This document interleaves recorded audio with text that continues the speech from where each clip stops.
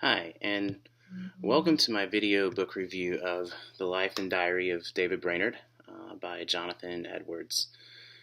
Um, I'd like to begin by just saying that I found this book to be an extraordinary gift in the recounting of the life of such a great man, a great missionary, as that of David Brainerd.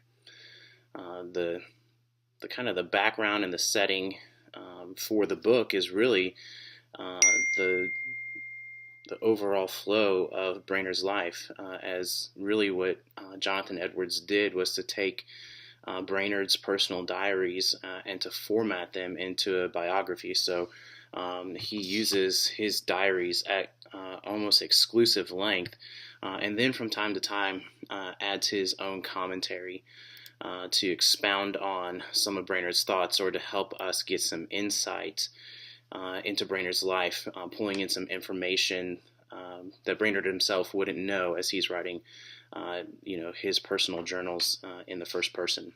So Brainerd's life really begins at the right before the burgeoning of the Great Awakening, and we would know that some of the leaders of the Great Awakening, like in particular Jonathan Edwards, would have a profound impact on Brainerd's life. And he himself would become a figurehead for the Great Awakening in the years to come after his death. He lives an incredible and extraordinary life. Brainerd was born on April 20th, 1718 in Haddam, Connecticut. Like I said, the Great Awakening is just around the corner from Brainerd's life, and he would live through the entirety of the Great Awakening. He died giving way to tuberculosis in the home of Jonathan Edwards, as it turns out, at the age of 29 on October 9th, 1747. Brainerd was the sixth child born in his family. His father, Hezekiah, and his mother, Dorothy.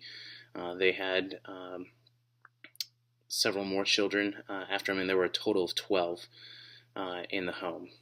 Some of the events that would shape Brainerd's life and really set out a trajectory for him, especially in his early and formative years, would be the fact that his father died when he was 9, and 5 years later, his mother died when he was 14. This would have a profound impact on his overall temperament and even on his relationship with God.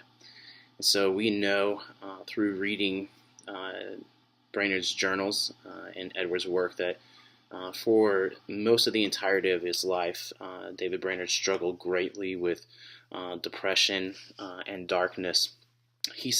Brainerd himself says at the beginning of his diary, he says, I was, I think, from my youth, something sober and inclined rather to melancholy than the other extreme. So he sees, even from his early days, the fact that he struggles with depression, that he struggles with sadness, and happiness and joy are hard to come by for Brainerd in his life.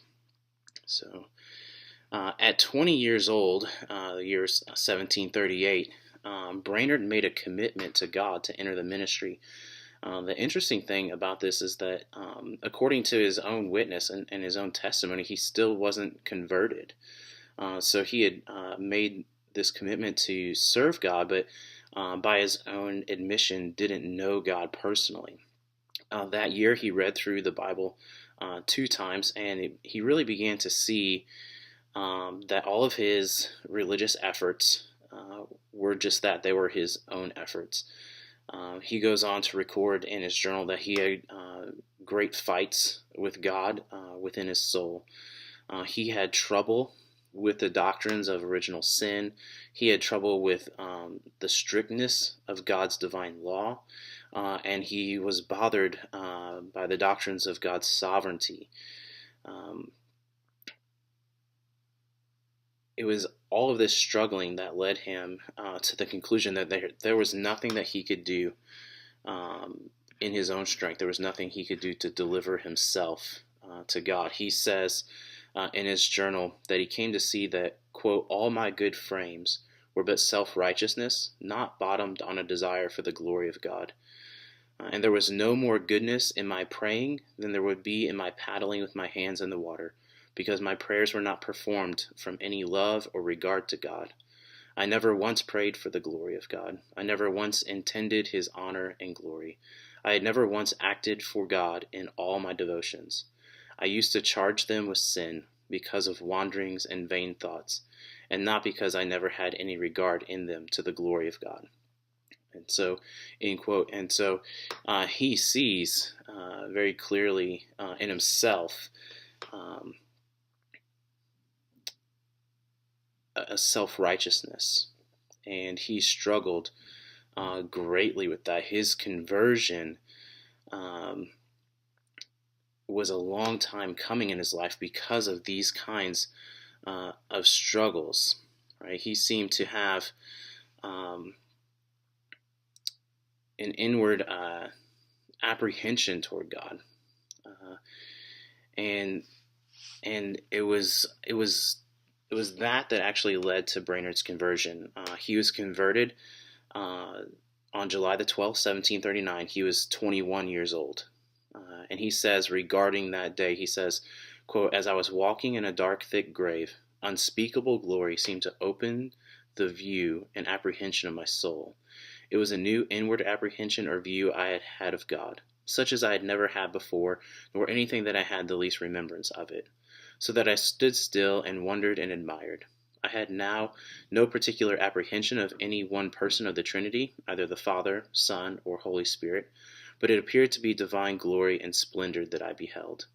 And my soul rejoiced with joy unspeakable to see such a God, such a glorious divine being. And I was inwardly pleased and satisfied that he should be God over all and forever and ever. My soul was so captivated and delighted with the excellency, the loveliness, and the greatness and other perfections of God that I was even swallowed up in him, at least to that degree that I had no thought, as I remember at first, about my own salvation, or scarce that there was such a creature as I. Thus the Lord, I trust, brought me to a hearty desire to exalt him, to set him on the throne, and to seek first his kingdom, principally and ultimately to aim at his honor and glory as the King and Sovereign of the universe, which is the foundation of the religion of Jesus. I felt myself in a new world." End quote.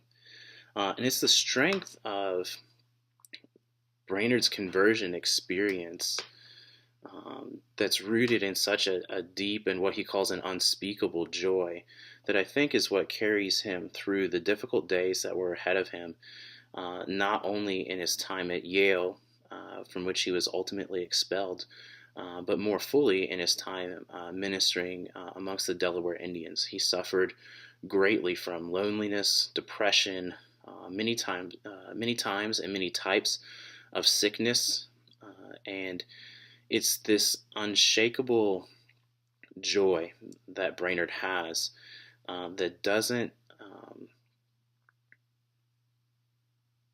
negate his difficulty, his sorrow, or even his depression, but ultimately delivers him through it.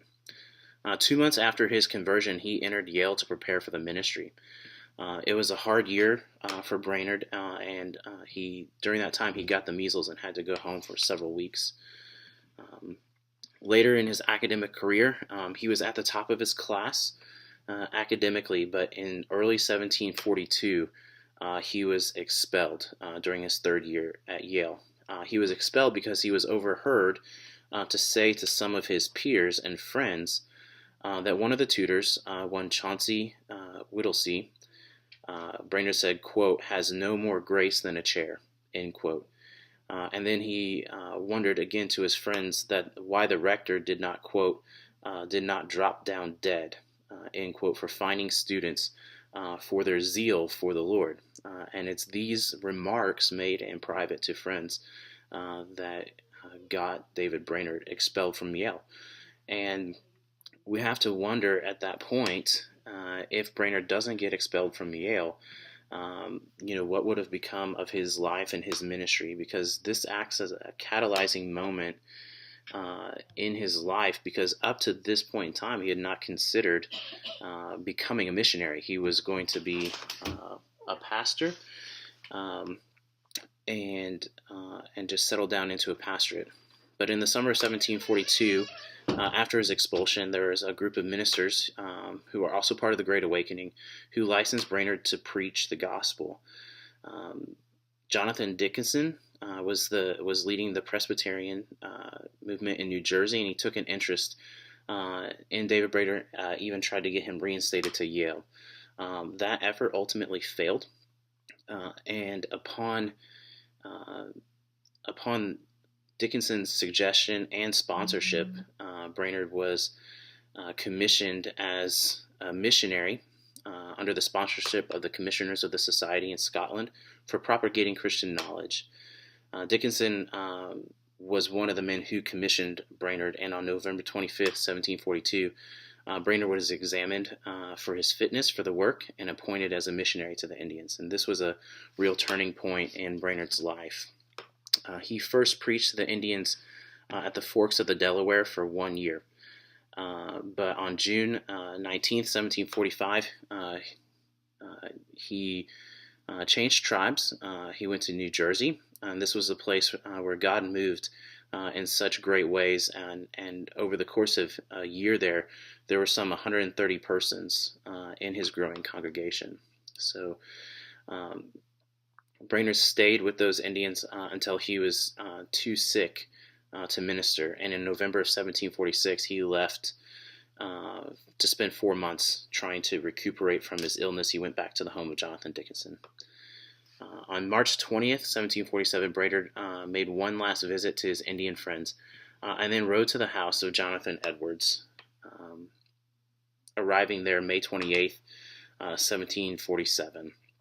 And ultimately, like I said before, he succumbed to tuberculosis, and he died in the home of Jonathan Edwards on October 9th, 1747. So when we think about the life of David Brainerd, we have to consider just a couple things. One, it was a very short life. He lived only 29 years.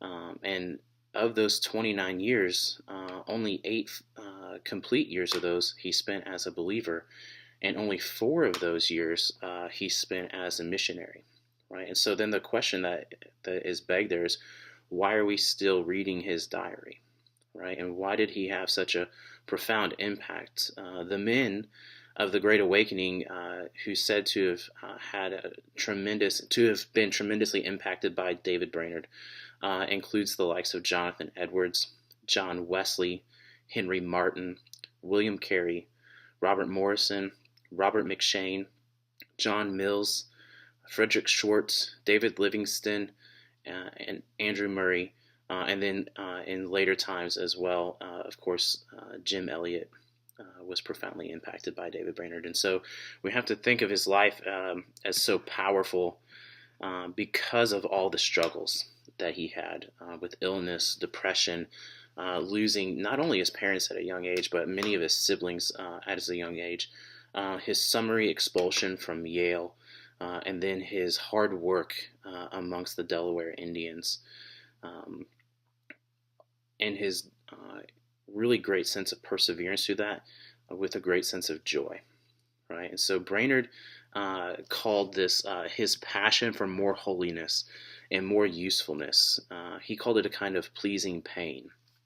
He said in his diaries, quote, "When I really enjoy God, I feel my desire of him the more insatiable, and my thirstings after holiness the more unquenchable.